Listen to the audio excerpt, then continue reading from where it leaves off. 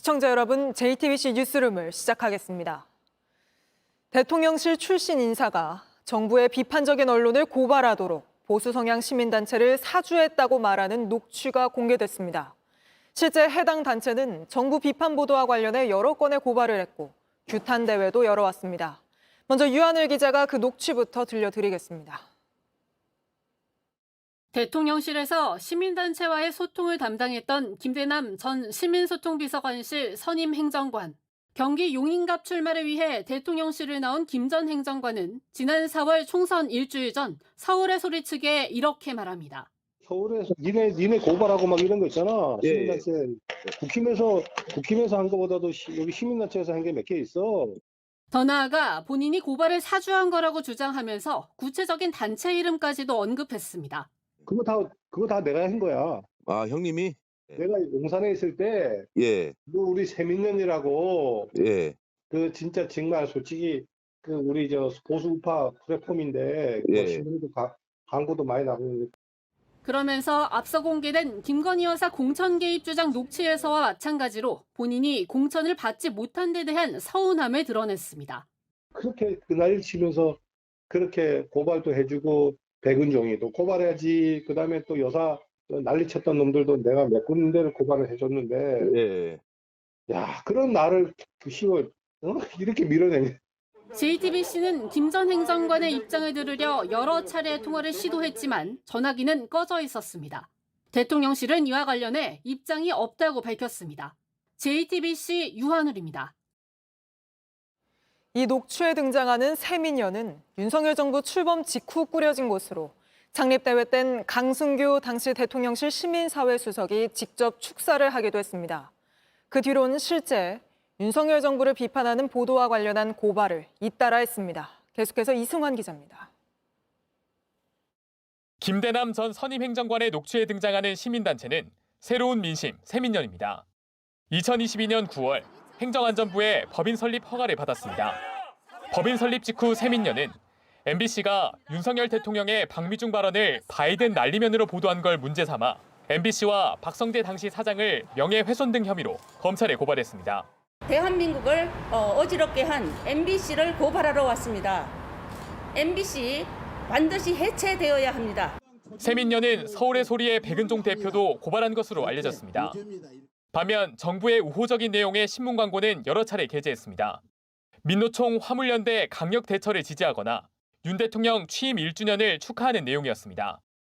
2022년 11월 세민연 창립대회에선 강승규 당시 대통령실 시민사회수석이 축사를 했습니다. 세민연이 이러한 우리 사이에 진정한 정권 교체 완성의 죽비 역할을 해 주시기를 진심으로 바람하지 않습니다.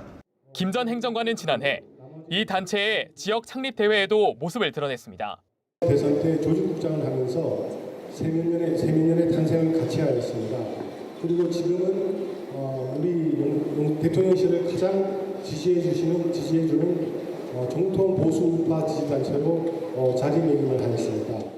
JTBC는 현재 국민의힘 의원인 강 전 수석의 입장을 받기 위해 여러 차례 연락을 취했지만 답을 받을 수 없었습니다. JTBC 이승환입니다. 다음 주 검찰이 명품백을 받은 김건희 여사와 명품백을 준 최재형 목사 모두를 무혐의 처분할 거란 전망이 나오는 가운데 최 목사가 오늘 검찰을 향해 자신을 기소하고 김 여사도 보강 수사하라고 목소리를 높였습니다. 이세현 기자입니다. 명품백 사건의 핵심 관계자 최재형 목사가 취재진 앞에 섰습니다. 검찰이 청탁금지법 위반 혐의를 받은 자신을 무혐의 처분하는 쪽으로 방침을 정한 뒤 처음입니다. 수사심의위원회는 기소를 권고했습니다. 서울중앙지검 검사께서는 조사하는 역할 외에도 변호인의 역할도 한 것 같아요. 김건희 씨의 변호인. 검찰은 수심위가 불기소 처분을 권고한 김건희 여사 역시 재판에 넘기지 않기로 했습니다. 국민 여러분들이 이 디올백 사건을 모두가 다 인지하고 있고 영상을 다 보셨어요. 적어도 대한민국의 검찰과 권익이라면 국민들의 눈높이 정도만큼은 판단을 해 주셔야 되지 않습니까? 자신을 재판에 넘기고 김 여사도 보강 수사하라고 요구했습니다. 윤석열 대통령 책임론도 꺼냈습니다. 뇌물성 선물을 받았다는 걸 인지한 날로부터 사정기관에 신고하지 않은 그 처벌을 대통령은 받아야 되고, 최 목사는 오늘 지난 총선에서 불법 선거 운동을 한 혐의로 경찰 조사를 받았습니다. 서울중앙지검은 심우정 검찰총장의 최종 승인을 받아 다음 주쯤 수사 결과를 발표합니다. JTBC 이세연입니다. 다음 주에는 명품백 사건과 관련한 검찰 처분 말고도 윤석열 대통령의 김건희 여사 특검법 거부권 행사도 있을 걸로 예상됩니다. 대통령이 거부권을 행사하면 다시 국회에서 재표결에 들어가는데, 이런 상황에서 한동훈 국민의힘 대표가 정부 입장을 무지성으로 지지하기만 하면 안 된다는 취지로 말해 당 안팎에서 파장을 불러일으키고 있습니다. 하예빈 기자입니다. 앞서 야권 주도로 국회 본회의를 통과한 김건희 특검법엔 김 여사가 지난 총선 당시 여당 공천에 개입했다는 의혹이 수사 대상에 추가됐습니다. 윤석열 대통령이 이번에도 두 번째 거부권을 행사할 거라는 관측이 우세합니다. 거부권은 국무회의에서 제의 요구를 의결하면 대통령이 제가 아는 방식으로 행사되는데, 국무회의가 주로 열리는 화요일이 다음 주엔 공휴일이어서 이르면 월요일에 관련 절차를 밟아 특검법을 국회로 돌려보낼 걸로 예상됩니다. 민주당은 다음 주 안에 특검법을 재표결에 붙이겠다는 계획입니다. 그런데 한동훈 대표가 어제 의원총회에 참석해 여당이 무조건 정부 편을 들면 안 된다는 취지로 발언해 여러 해석을 낳았습니다. 당당하고 설득력이 있어야 합니다. 정부 입장을 무지성으로 지지하기만 한다라는 식의 오해를 받아서는 안 됩니다. 김건희 특검법에 대한 재표결 때 여당 내 이탈표가 나올 수 있다는 관측까지 나오자 국민의힘이 수습에 나섰습니다. 뒤에 말씀하신 것도 이어서 보시죠. 문장을 잘라서 보시는 건 좀 오해가 있을 것 같습니다. 그 뒷문장도 잘 살펴서 보시는 게 정확하다. 이런 가운데 친한계 인사인 신지호 전략기획부총장이 유튜브에서 한 출연자가 추 원내대표가 한 대표 욕을 하고 다닌다고 말하자 이를 부인하지 않은 채 대화를 이어가 문제가 됐습니다. 추 원내대표 측은 당의 분열을 초래할 수 있는 부분이라며 한 대표에게 문제 제기를 한 걸로 전해졌습니다. JTBC 하혜비입니다. 민주당은 김건희 여사를 둘러싼 각종 의혹을 규명하기 위해 당내 TF를 꾸리겠다며 총공세에 나섰습니다. 이런 가운데 대통령실은 김건희 여사의 도이치모터스 주가 조작 연루 의혹과 관련한 저희 JTBC 단독 보도에 대해 수사 중인 사안이라 입장이 없다고 최초 보도 나흘 만에 알려왔습니다. 김태영 기자입니다. 민주당은 김건희 여사가 2020년 검찰의 주가 조작 수사가 본격화되자 주가 조작 일당과 연락한 것과 2년 전 지방선거와 지난 4월 총선 당시 국민의힘 공천에 개입하려 했다는 의혹에 주목하고 있습니다. 다음 달 국정감사에서 철저한 진상규명에 나서는 한편 별도 TF도 꾸릴 방침입니다. 김건희 여사 관련해서 제1야당으로서 책임을 지고 선제적이고 종합적인 대응을 위한 단위가 필요하다는 논의가 있었고요. 민주당은 윤석열 대통령이 거부권을 행사할 것으로 예상되는 김건희 여사 특검법 역시 계속해서 추진하겠다는 입장입니다. 이런 가운데 대통령실은 JTBC가 연속 보도한 김 여사의 주가 조작 사건 연루 의혹에 대해 첫 반응을 내놨습니다. 대통령실 관계자는 수사 중인 사안이라 입장이 없다고 밝혔습니다. 대통령실은 하루 앞서 야당이 여당목 국가인권위원 선출안을 부결한 것에 대해 역대 어느 국회에서도 없었던 있을 수 없는 일이라고 비판했습니다. 윤 대통령이 거부권을 행사한 방송사법 등이 국회 재표결에서 부결돼 폐기된 걸 놓고 사필 규정이라고 하기도 했습니다. 이렇게 현안과 관련해 곧바로 대응한 것과 달리 김건희 여사의 의혹 보도에 대해선 며칠 만에 입장이 없다고 알려온 겁니다. JTBC 김태영입니다. 김건희 여사가 지난 7월 검찰 조사에서 2차 주가 조작 시기에 있던 특정 거래에 대해 자신이 직접 한 거란 취지의 진술을 한 걸로 알려지면서 논란이 일고 있습니다. 주가 조작범들과 상관이 없다고 해명을 한 건데 1, 2심 재판부 모두 물량과 시간 등을 짜고 하는 통정 매매로 규정한 바로 그 거래여서 논란이 일고 있습니다. 박현주 기자입니다. 2010년 11월 1일 도이치모터스 주가 조작 2차 주포 김모 씨가 김건희 여사 계좌 관리인으로 알려진 민모 씨와 나눈 메시지입니다.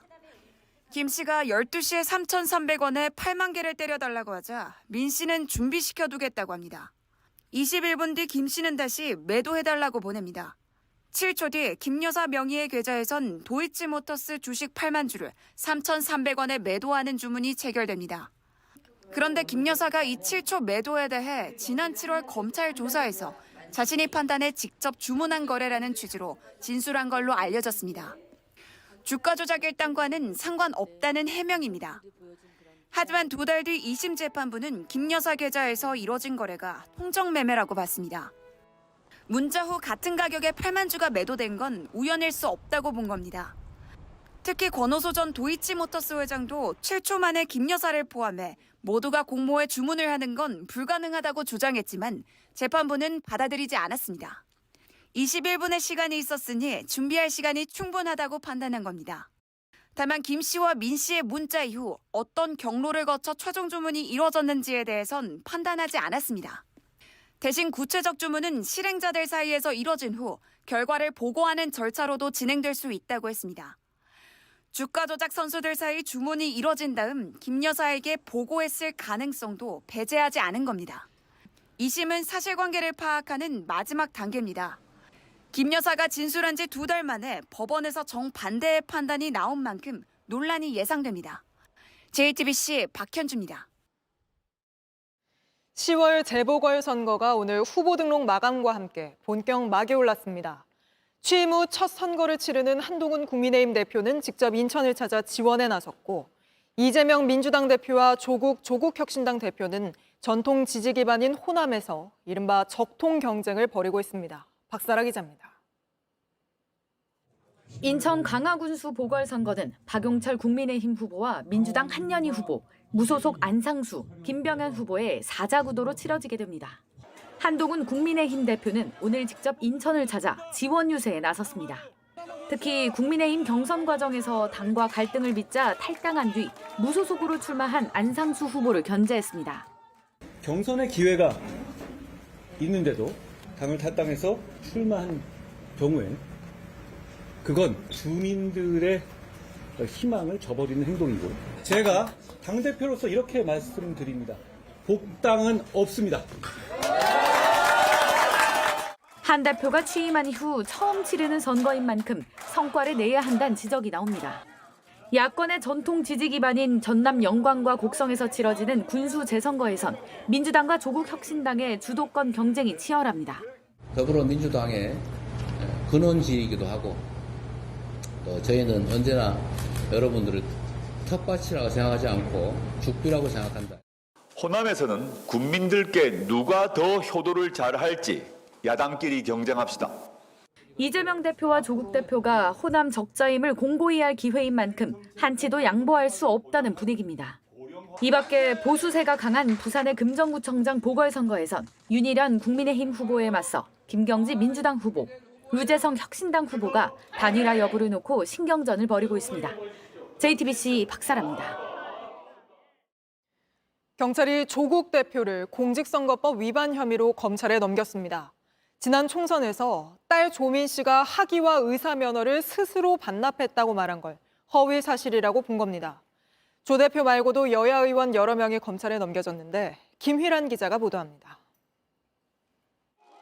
2022년 1월 정경심 전 동양대 교수가 자녀 입시 비리 혐의 등으로 유죄가 확정됐습니다. 그러자 부산대 의학전문대학원과 고려대는 조민 씨의 입학을 취소했고 조 씨는 불복해 소송을 냈습니다.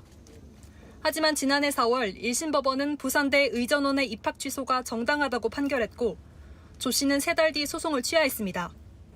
조국혁신당 조국 대표는 이와 관련해 지난 3월 딸 조 씨가 학위와 의사 면허를 스스로 반납했다고 했습니다.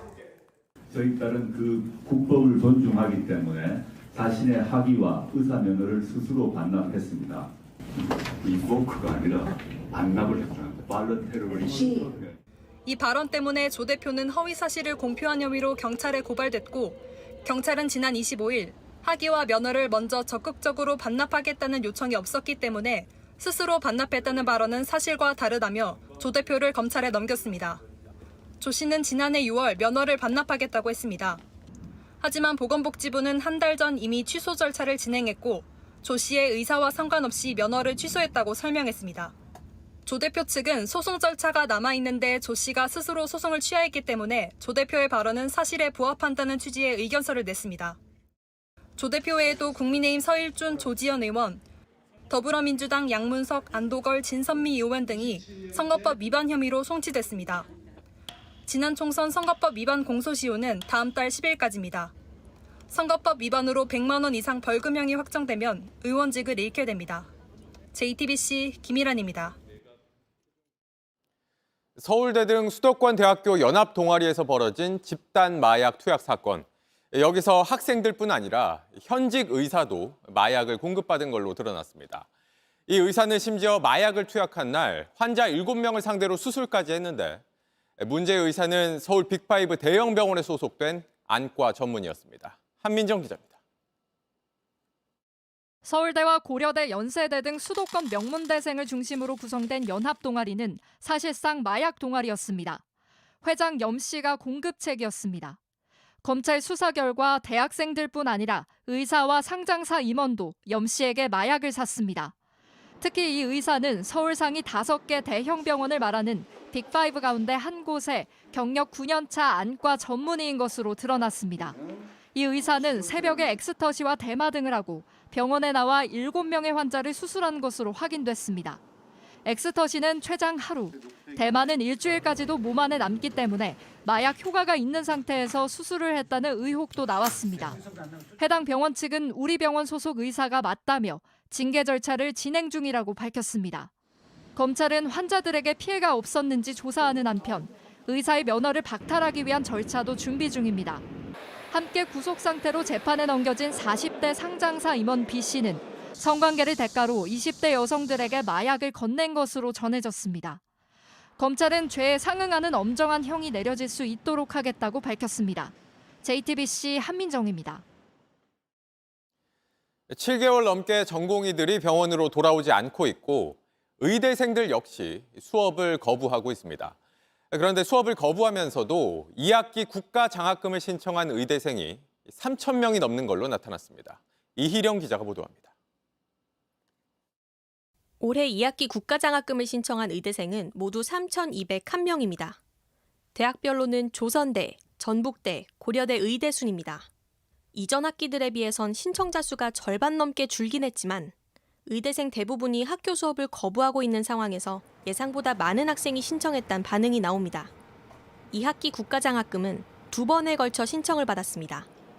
5월과 6월, 그리고 8월과 9월입니다. 이때는 대부분의 의대생이 의대 증원 정책에 반발하며 학교로 돌아오지 않던 시기입니다. 의대생의 동맹휴학, 수업 거부 등 집단 행동으로 의과대학 수업은 넉 달째 차질을 빚고 있습니다.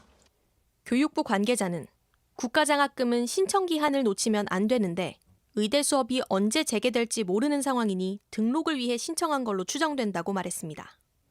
다만 학기가 시작된 이달 초에 2학기 등록금을 납부한 의대생은 단 653명뿐입니다. 평균 등록률이 3.4%에 불과합니다. 이처럼 의대생들의 수업 거부 기간이 길어지자 가톨릭대 의대는 집단 유급을 막기 위한 방안을 내놨습니다. 온라인 수업엔 출석 미달 유급을 적용하지 않기로 했고 1학기 때 시험을 보지 않았거나 점수가 미달돼도 추가 시험에서 통과하면 진급할 수 있게 했습니다. 일각에선 다른 학생들과의 형평성에 어긋난다는 지적도 나왔습니다. JTBC 이희령입니다. 9월 말인데도 여전히 낮에는 여름처럼 더운데 이런 더위도 이번 주말이 사실상 마지막이 될 걸로 보입니다.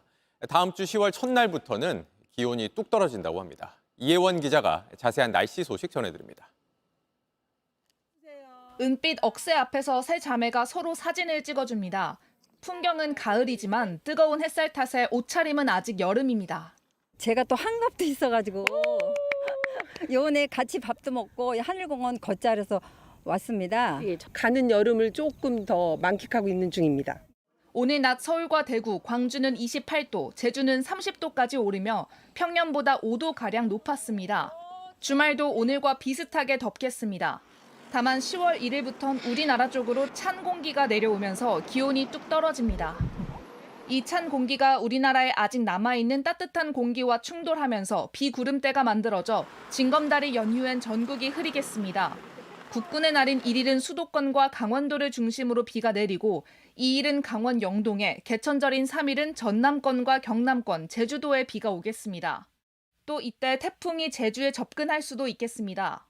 현재 열대저압부가 필리핀 마닐라 북동쪽에 있는데 최대 풍속이 초속 17m가 넘으면 태풍으로 발달하게 됩니다. 다만 기상청은 이동 경로가 매우 유동적이라고 했습니다. 비가 내린 직후엔 아침 최저기온이 10도가 채 안 되는 곳도 있겠습니다. 서울의 경우 다음 주 최저기온은 오늘보다 6도 낮은 13도를 기록하겠고 한낮에도 23도 안팎에 머물겠습니다. 길고 길었던 여름이 비로소 끝을 예고하고 있습니다. JTBC 이혜원입니다.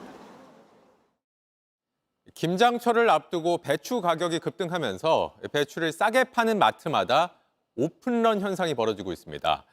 문을 연 지 2분 만에 준비된 물량이 전부 동나기도 하는데 배추 가격을 잡기 위해 정부가 오늘부터 중국산 배추까지 들여옵니다. 이상화 기자입니다. 서울의 한 대형마트. 오전 10시 문이 열리자마자 배추 코너로 사람들이 모여듭니다. 준비된 배추가 동나는 데까지 걸린 시간은 불과 2분. 오늘 배추는 다 나갔어요. 품절입니다. 일부 시장에서 배추값이 한 통에 2만 원까지 치솟자 이른바 오픈런까지 벌어지고 있는 겁니다. 마트는 한 사람당 3포기로 구매 제한까지 뒀습니다. 지금 5일간 왔다가 한 번도 못 샀어요. 오픈한 지 5분도 안 돼가고 땡이에요 다. 어제 하나 샀길래 하나 더 섞어갖고 왔더니 벌써 들어오는데 다 떨어졌어. 하나 남은 거 마저 가져갈까 했는데 한 통에 14,000원 달라고 그러고. 폭염 여파로 배추 한 포기 평균가는 10,000원에 육박합니다. 올해 최고가로 지난해보다는 60%나 높습니다. 작황이 안 좋다 보니 수확되는 배추도 크지 않은 경우가 많고 가격도 들쑥날쑥입니다. 납포기로 사면 25,000원씩 그렇게 시세가 됐는데 오늘 시세 보니까 조금 내린 것 같아요. 근데 포기 자체도 옛날 포기 같지가 않고 굉장히 지금 줄어들었어요. 포장김치 판매도 덩달아 늘면서 온라인 쇼핑몰에선 품절 사태도 빚어지고 있습니다. 통배추는 품귀 현상 조짐도 나타나고 있는데 배추값 강세는 가을 배추가 나오기 전까진 당분간 이어질 전망입니다. 정부는 배추값을 안정시키기 위해 오늘부터 중국에서 배추를 수입합니다. 정부 차원에서 배추를 수입하는 건 이번이 5번째입니다. 수입 배추는 가정용보다는 외식업체나 식자재 업체에 공급한다는 계획입니다. JTBC 이상화입니다. 고급 외제차 마세라티를 몰다 오토바이에 탄 연인을 들이받은 30대 운전자가 경찰에 붙잡혔습니다. 이 운전자는 술을 마시고 운전대를 잡은 것뿐 아니라 사망사고를 내고도 그냥 도망쳤고 심지어 해외로 출국하려 했습니다. 임예은 기자입니다. 옷깃에 얼굴을 파묻은 남성은 아무 말이 없습니다. 왜 도망갔나요? 음주 뺑소니 사고를 내고 도망쳤다 66시간 만에 붙잡힌 32살 김모 씨입니다. 김 씨는 지난 24일 새벽 흰색 마세라티를 몰고 광주 화정동 거리를 지나다 오토바이를 들이받았습니다. 수십 미터를 날아간 20대 오토바이 운전자가 크게 다치고 뒷좌석에 탄 여자친구는 숨졌습니다. 배달일을 마치고 집으로 돌아가던 길이었습니다. 김 씨는 피해자들을 그대로 두고 이때부터 도주를 시작합니다. 같이 술을 마셨던 지인의 벤츠를 타고 대전으로 갔습니다. 이곳에서 지인과 헤어진 뒤 홀로 인천에 갔습니다. 태국에 자주 오가던 김 씨, 당초 26일로 예정된 걸 앞당겨 떠나려 했습니다. 인천공항에서 입국 수속까지 시도했지만 출국이 막혔을 거란 생각에 포기하고 서울로 향합니다. 이 과정에서는 뒤를 안 밟히려 현금과 대포폰을 썼습니다. 하지만 어제 오후 9시 50분쯤 서울 강남구 한 거리에서 붙잡혔습니다. 김 씨는 경찰의 음주 상태였고 사이렌 소리가 들려 무서워 도주했다고 말했습니다. 사람을 친 건 알고 있었다고 한 걸로 알려졌습니다. 피해자 가족은 분노했습니다. 본인이 사고 낸 사람들을 죽었는지 살았는지 확인도 안 해놓고선 그렇게 도망가서 지 살길만 살겠다고 그렇게 해외까지 도주하겠다고 그렇게 한 걸 보면 너무너무 괘씸하죠. 경찰은 이르면 내일쯤 김 씨에 대한 구속영장을 신청할 계획입니다. 경찰은 검거 당시 함께 있던 남성과 벤츠 운전자도 범인 도피 혐의로 입건했습니다. JTBC 임예은입니다. 전남 순천에서 10대 여성을 흉기로 살해한 30대 남성에 대해서 경찰이 구속영장을 신청했습니다. 일면식도 없는 미성년자를 상대로 이른바 묻지마 범행을 한 걸로 보인다는 사실이 알려지면서 시민들 공분이 커지고 있습니다. 신진 기자입니다. 자정이 지난 시각 인적 드문 대로변을 걷는 여성. 한 남성이 빠른 걸음으로 여성을 따라잡더니 허리를 굽혀 강하게 가격합니다. 여성이 쓰러진 뒤에도 30초가량 잔혹하게 흉기를 휘두르던 남성. 다른 행인이 다가오자 빠르게 도망갑니다. 저 좀 살려주세요. 물고 나서 나가셔. 의식을 잃어버렸어요. 과다출혈 등으로 숨진 여성. 최근 검정고시에 합격하고 수능 시험을 준비하던 10대였습니다. 만취 상태로 붙잡힌 남성은 범행 장소 인근에서 식당을 운영하던 30대였습니다. 본인 식당에서 혼자 술을 마시고 주방용 흉기를 챙겨나가 여성을 공격했습니다. 알고 지내던 사이가 아니었습니다. 저 남자 알아요? 모르는 사람이에요. 그러더라고. 묻지마 범행 가능성이 나오자 지난해 서울 신림역, 분당 서현역 칼부림 사건을 기억하는 시민들은 분노했습니다. 고등학교 1학년, 2학년 이제 나이인데 이제 피어나야 될 나이인데 피해자가 겪은 거에 반 정도만이라도 고통을 느끼다가 남성이 운영하던 식당으로 몰려가 계란을 던지기도 했습니다. 여성이 공격당한 자리엔 꽃이 놓였습니다. 경찰은 살인 혐의로 구속영장을 신청했습니다. 남성은 술에 취해 기억나지 않는다고 진술하고 있습니다. JTBC 신진입니다. 최근 소셜미디어에 성범죄를 저지른 게 있으면 알려줘라. 그럼 대신 용서해주겠다는 계정들이 많아졌다고 합니다. 이걸 고해성사 계정이라고 하는데 용서는커녕 사실상 성범죄를 자랑하거나 음란물을 홍보하는 식으로 운영됩니다. 문제는 청소년들이 많이 찾는다는 겁니다. 정인아 기자가 취재했습니다. 고해성사라고 검색하니 수십 개의 계정이 뜹니다. 하나를 골라 들어가 보니 이용자들이 보낸 메시지들이 보입니다. 고등학생이라며 성폭행을 저질렀다고 썼습니다. 학교에서 실수인 척 여학생 몸을 만졌다. 같은 학원에 다니는 남자아이의 목소리를 몰래 녹음해 딥페이크를 만들었다는 글도 있습니다. DM 내용 캡처해가지고 릴스에 올리는 그런 계정 많이 봤어요. 그렇게 보시지 않으세요? 저격하죠. 알몸 사진을 보내면 사진 주인의 개인 계정을 홍보해주기도 합니다. 돈을 받고 사진을 팔 수 있게 연결해주는 겁니다. 최근 이른바 고해성사라고 불리는 소셜미디어 계정이 크게 늘고 있습니다. 대신 용서를 해준다며 글을 보내라고 하는 건데 사실상 성범죄를 자랑하게 하거나 음란물을 홍보해주고 있는 겁니다. 이건 성폭력을 놀이로 삼겠다라고 하는 딥페이크 성범죄의 연장으로 분명히 보여요. N번방 사태 때 범죄에 악용됐던 일탈계라고 불리던 계정과 비슷합니다. 당시 N번방 주범들은 일탈계에 글을 올린 사용자들을 찾아 협박을 해 성착취 범죄를 저질렀습니다. JTBC 정인아입니다. 일본의 새 총리가 될 자민당 총재로 이시바 시게루 전 간사장이 당선됐습니다. 이시바 신임 총재는 태평양 전쟁을 침략 전쟁으로 규정하고 야스쿠니 신사 참배를 거부한 바 있어 자민당 안에서도 전향적인 역사인식을 갖고 있다는 평가를 받는 인물입니다. 도쿄에서 정원석 특파원입니다. 기시다 후미오 일본 총리의 후임자를 뽑는 집권 자민당 신임 총재 선거에서 이시바 시게루 전 자민당 간사장이 당선됐습니다. 결선 투표에서 215표를 얻어 194표를 득표한 다카이치 사나이 경제안보상을 꺾었습니다. 이시바 시게루君をもって当選者と決しました。 이시바 신임 총재는 1986년 당시 최연소로 중의원에 입성한 뒤 12선을 했습니다. 자민당 간사장을 비롯해 방위상과 농림수산상 등 당과 정부에서 주요 요직을 두루 거친 베테랑 정치인입니다. 자민당 내에서 권력자들의 거침없는 쓴소리를 해 대중들에겐 인기가 높지만 의원들의 지지세는 약하다는 평가를 받아왔습니다. 5번째 도전 끝에 어렵게 총재가 된 이유이기도 합니다.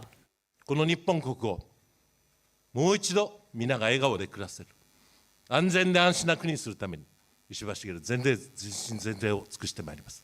どうぞよろしくお願い申し上げます。ありがとうございました。 정치적 성향은 온건한 보수주의자로 통합니다.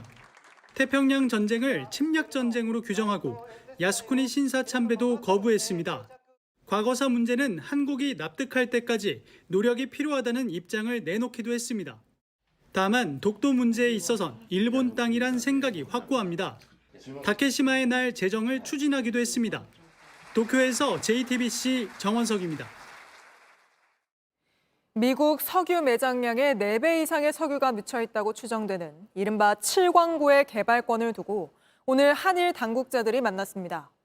공동개발협정 만료 3년을 앞두고 39년 만에 마주한 건데 어떤 배경이 있는 건지 윤세민아 기자입니다. 1970년대 후반, 정부는 우리도 산유국이 될 수 있다는 기대감을 띄웠습니다. 제주도 남쪽, 일본 규슈 서쪽에 위치한 7광구를 일본과 공동개발해 석유와 천연가스를 생산하겠다는 것이었습니다. 석유 시출을 위한 탐사 작업이 10월 말에 절반가량을 끝냄으로써 석유가 쏟아져 나오기를 갈망하는 우리 국민에게 큰 희망을 안겨주고 있습니다. 2005년 미국의 한 연구소에 따르면 7광구 일대엔 석유가 미국 내 매장량의 4.5배, 천연가스는 사우디아라비아의 10배가량 될 것으로 추산됐습니다. 면적은 서울의 약 124배에 달합니다. 하지만 2000년대 초반까지 이어진 공동탐사는 큰 성과가 없었고 1985년을 마지막으로 회의도 열리지 않았습니다. 한일이 오늘 39년 만에 협의를 재개한 건 내년 6월 공동개발협정 만료 3년을 앞두고서입니다. 이때부턴 어느 한쪽이 일방적으로 협정 종료를 선언할 수 있습니다. 일본이 7광구와 지리적으로 더 가깝다는 이유로 단독 관할권을 주장할 가능성이 높아진 겁니다. 여기에 중국까지 영유권 주장에 가세할 수 있다는 관측이 나오면서 우리 정부로선 협정 연장에 대한 필요성이 더 커진 상황입니다. 저희들은 협정 체제가 그대로 이어지는 것이 양국 관계를 위해서 중요하고 또 협상에도 더 우호적인 분위기가 될 것이기 때문에 그런 방향으로 하자고 지금 설득을 하려고. 협정이 연장되지 않을 경우 7광구는 한중일 분쟁 지역이 될 수 있다는 우려도 나옵니다. JTBC 윤세민아입니다.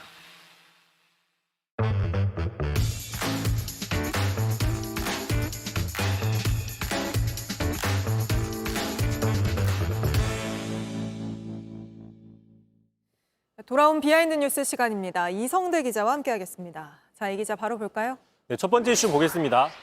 창세기 출애굽기 레위기. 이거 교회 다니는 분들은 많이 알 텐데요. 구약 성경 이름입니다. 암기송도 있었죠. 자, 갑자기 성경 얘기를 하는 이유가 뭐냐면 오늘 아침 민주당 회의였습니다. 전현희 최고위원이 이렇게 성경책을 들고 나와서 지금 검찰이 선거법 위반 혐의를 기소하는데 선택적으로 하고 있다 이런 비판을 하면서 이야기를 한 겁니다. 네. 자, 이재명 대표가 김문기 전 처장을 모른다고 발언했다가 지금 1심 재판을 받고 있지 않습니까? 자, 그런 식이면 지금 하는 발언도 선거법 위반이 될 수 있다라고 얘기를 한 겁니다. 직접 들어보시죠. 윤석열 후보의 발언이 당선 목적의 허위사실 유포가 아니다라고 주장을 하고 싶으면 검찰은 김건희 여사가 39건 929장 23,145절로 구성된 방대한 양의 구약 성경을 외우는 신공을 지난 대선 때 어떤 상황에서 윤석열 대통령이 저런 발언을 했던 거죠? 자, 다시 한번 그때로 되돌아가 보면요. 당내 경선 TV토론 당시에 지금 보신 것처럼 당시 윤석열 후보가 손에다가 왕자를 써서 상당히 화제가 논란이 된 적이 있습니다. 이때 그 천공의 이름도 드러나면서 자, 이른바 무속 논란이 급속도로 확산이 됐습니다. 그러자 며칠 후에 윤 대통령이 여의도의 큰 교회를 성경책을 들고 방문을 하면서 이런 얘기를 한 겁니다. 자, 직접 들어보시죠. 아니, 우리 집사람은 어릴 때부터 교회 열심히 다녀서 구약을 다 외우는 사람이에요. 지금도 구약을 유주를 외워요. 아니, 모르겠어요. 어릴 때부터 교회 열심히 다녀서. 자, 결국 저 발언은 대통령 선거 이후에도 논란이 됐었는데요. 그래서 한 친야 성향의 또한 기독교 성향의 시민단체가 자, 저 발언은 허위사실 유포다라면서 대통령을 선거법 위반 혐의로 고발한 적이 있습니다. 네. 목사님도 외우지 못하는 걸 어떻게 김 여사가 외우냐 뭐 이렇게 얘기를 한 거죠. 다만 현직 대통령은 형사상의 소추가 불가능하기 때문에 기각이 됐는데 그때 당시 기자회견 한번 들어보겠습니다. 구약 성경 줄줄 다 외운다는 김건희는 온 국민 앞에서 구약 성경을 다 외워봐라. 외워봐라. 외워봐라. 외워봐라. 네, 야당이 지금 갑자기 발언 소환한 건 지난 총선 그 공선법 위반이 공소시효 앞두고 지금 기소하고 있고 이래서 그런 건가요? 그렇습니다. 말씀하신 것처럼 이제 다음 달 10일이면 그 공소시효가 마감이 됩니다. 하지만 그 전에 선택적으로 야당만 기소하는 게 아니냐라는 게 야당의 주장입니다. 네. 실제로 오늘이었습니다. 오늘 조국 혁신당 대표가 자신이 그 지난번 선거 기간 중에 딸이 스스로 학위를 반납했다는 이 발언이 지금 선거법 위반 혐의로 검찰에 송치가 되는데 자, 스스로 반납하는 행위를 하지 않았기 때문에 허위 사실에 유포되는 게 될 수 있다는 게 경찰의 이야기라는 것이죠. 자, 그런데 다만 이제 어쨌든 간에 김 여사가 구약을 암기한다는 이 발언 사실상 좀 황당할 수는 있지만 그렇다고 해서 이게 선거법 위반이 될 수 있느냐? 이거는 민주당에서도 그건 아니다라는 부분을 잘 알고 있습니다. 왜냐? 오늘 아침 회의에서도 당사자들이 상당히 웃는 상황이 연출이 됐거든요. 자, 이재명 대표의 이야기 한번 들어보시죠.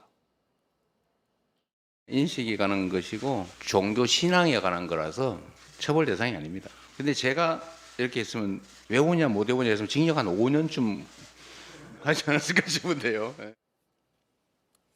알겠습니다. 바로 다음 이슈 한번 볼까요? 자, 두 번째 이슈 보겠습니다. 자, 극한 투어냐 극락 투어냐 JTBC 새 예능 프로 얘기가 아니라 네. 자, 지금 민주당, 조국혁신당, 호남에서 갈수록 경쟁이 치열해지고 있지 새 않습니까? 프로그램도 또 홍보를 하는 겁니까? 예, 겸사겸사. 네, 알겠습니다. 예. 자, 그런데 지금 양측 모두에서는 지금 현지에서 사실상 상주하다시피 살다시피 하고 있습니다. 월세살이 양쪽 다 하고 있는데 자, 때 아닌 이 문제를 놓고 주거 형태를 가지고 신경전이 벌어지고 있습니다. 자, 먼저 조국혁신당의 그 정상진 홍보위원장 이렇게 자신의 SNS에 글을 올렸어요. 자, 영광호텔의 한 달 살이 대 영광 아파트 한 달 살이.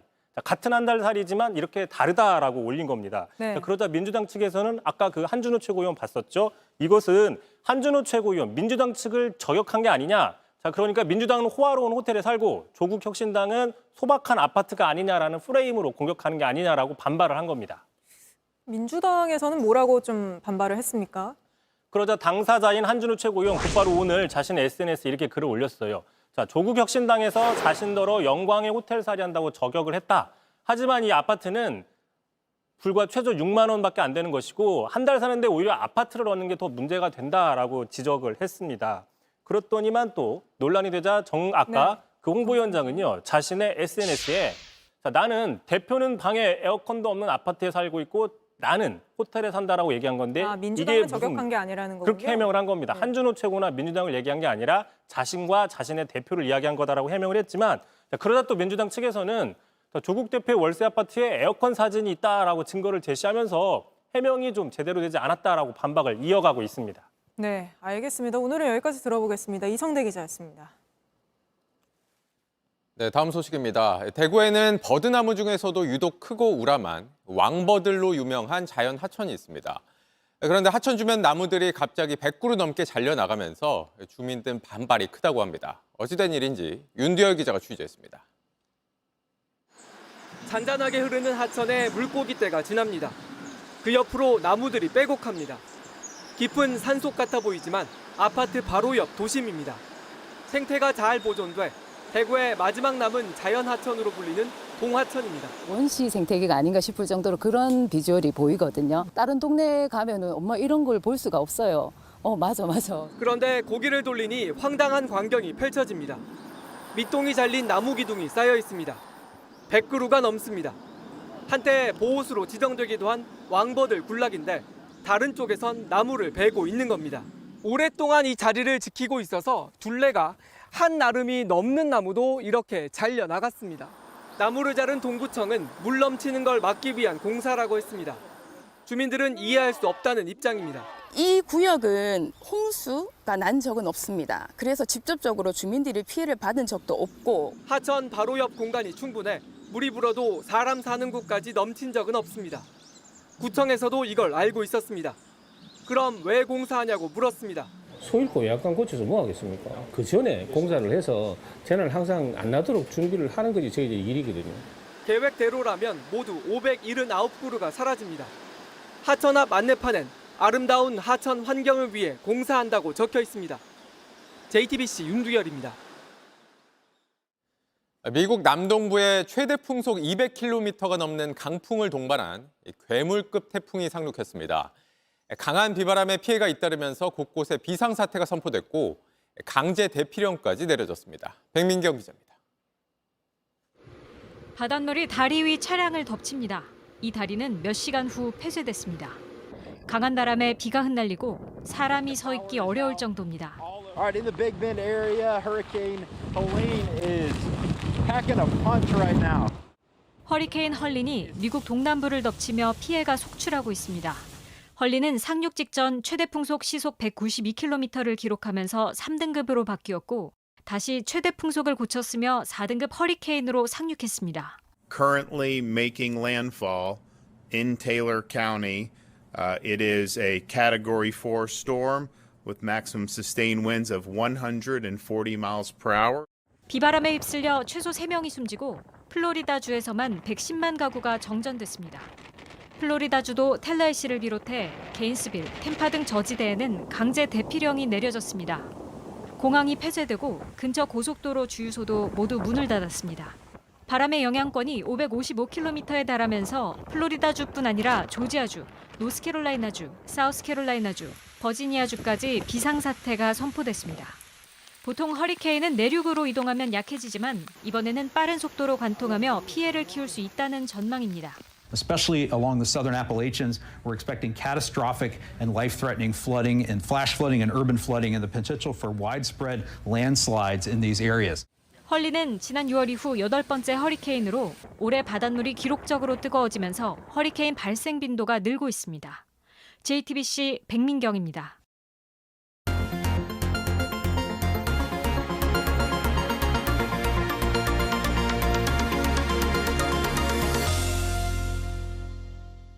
이 년 전 서울 신당역에서 혼자 일하던 여성 영무원이 스토킹 범죄자에게 희생당하는 일이 있었죠.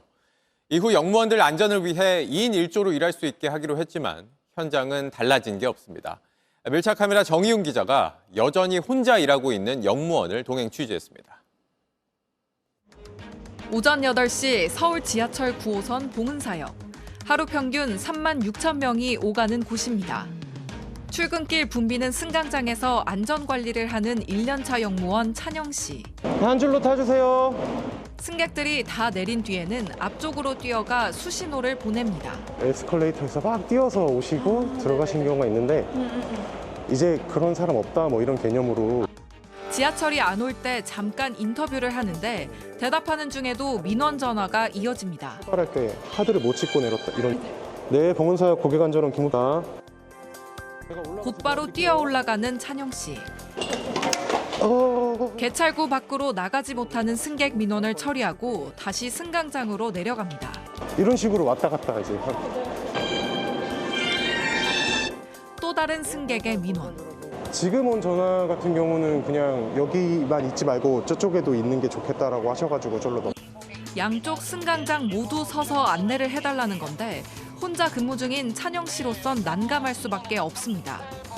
오전 8시부터 1시간 동안 걸려온 민원 전화만 10통. 출근길 안내는 일단 끝났습니다. 커피 한 모금 간신히 마시고 교통카드 충전기로 곧장 향합니다. 전날 표 판매기에 들어온 돈을 걷어 은행에 보내고 일회용 교통카드를 채워 넣는 업무입니다. 또 전화가 걸려옵니다. 네, 나가서 도와드릴게요. No card. No card? Yeah, I came from Express bus terminal.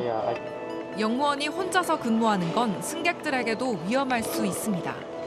혼자 있을 때 사람이 한 명 쓰러진 적이 있어. 그때 이제 구급대원이 오기까지는 제가 자리를 지켜야 되고 그런 상황에 이제 코엑스 쪽으로 가는 엘리베이터가 멈춰서 중단된 적이 있는데 오늘처럼 혼자서 근무하는 날 화재가 발생했다고 가정하면 이곳에 비상벨이 울리고 이 벨을 10초 안에 끈 뒤 나가서 실제 화재인지 확인해야 합니다. 실제 화재가 맞을 경우 관제실에 연락한 뒤 이 역에 있는 모든 승객들을 혼자서 대피시켜야 합니다.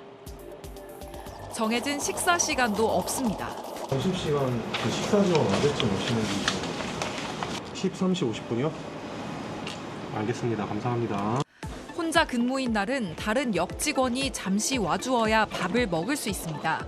그런데 이날은 인근 9호선역 대부분 나홀로 근무 중이라 식사 시간이 늦어졌습니다. 8시 출근이신데 13시 50분에 밥을 드시면 너무 늦게 점심 드시는 거 아니에요?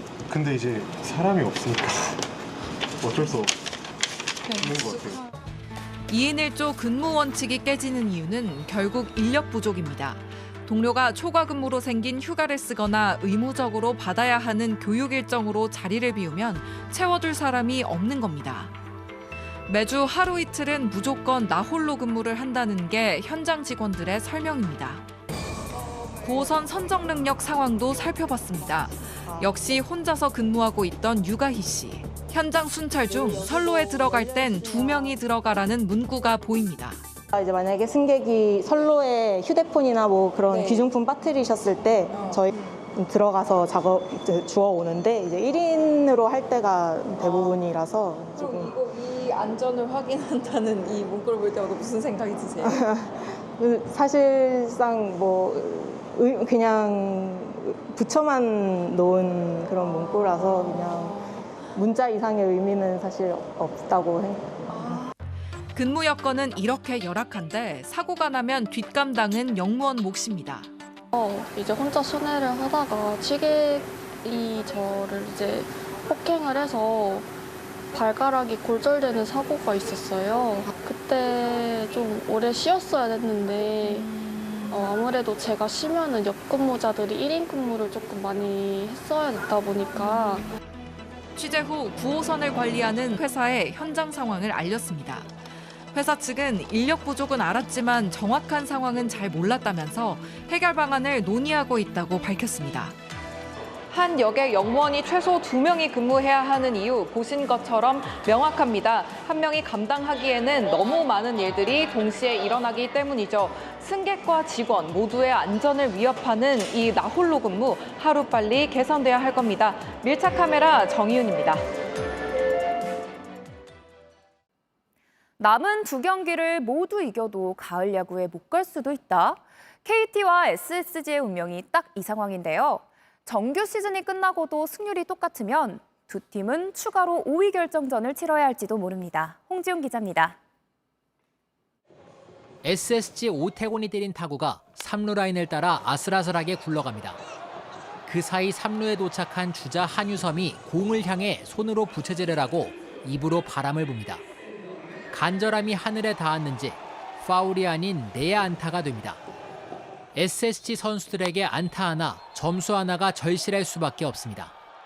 이제는 무조건 이기는 경기가 필요하기 때문입니다. SSG는 하루 전 귀중한 승리를 챙기며 KT와 어깨를 맞췄습니다. 두 팀 모두 70승 2무 70패로 승률까지 같은 5위 자리에 섰습니다. 만약 남은 2경기에서 두 팀이 똑같은 성적을 낸다면 정규 시즌이 끝나고 별도의 5위 결정전을 치러야 할 판입니다.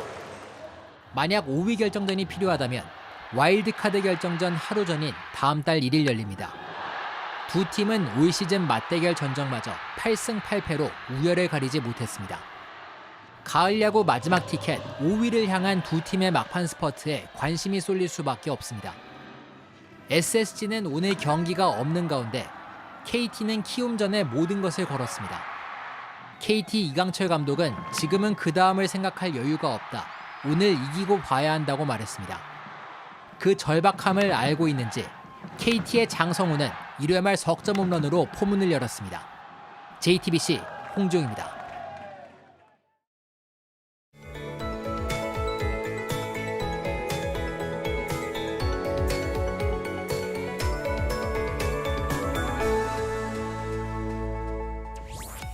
(9월의) 마지막 주말인 내일부터 다음 주까지 징검다리 연휴가 이어지는데요.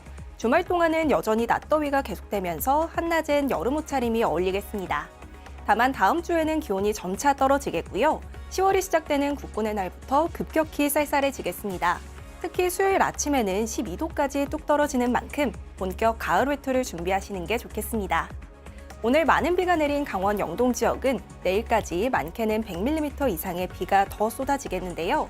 그 밖에 동해안에도 최대 60mm 정도 내리겠고 비의 강도도 강하겠습니다. 내일 아침 호남 내륙은 짙은 안개로 시작하겠고요. 충북과 영남 내륙에는 오후에 소나기가 내리는 곳이 있겠습니다. 최저 기온은 서울과 전주 19도로 오늘과 비슷하겠습니다. 한낮엔 강릉이 23도에 머무는 반면 광주는 30도까지 오르겠습니다. 다음 주 화요일에는 찬 공기와 함께 중부지방에 비가 내리겠고 목요일에는 남부에도 비 소식이 있겠습니다. 날씨였습니다. 뉴스룸 저희가 준비한 소식은 여기까지입니다. 시청해주신 여러분 고맙습니다.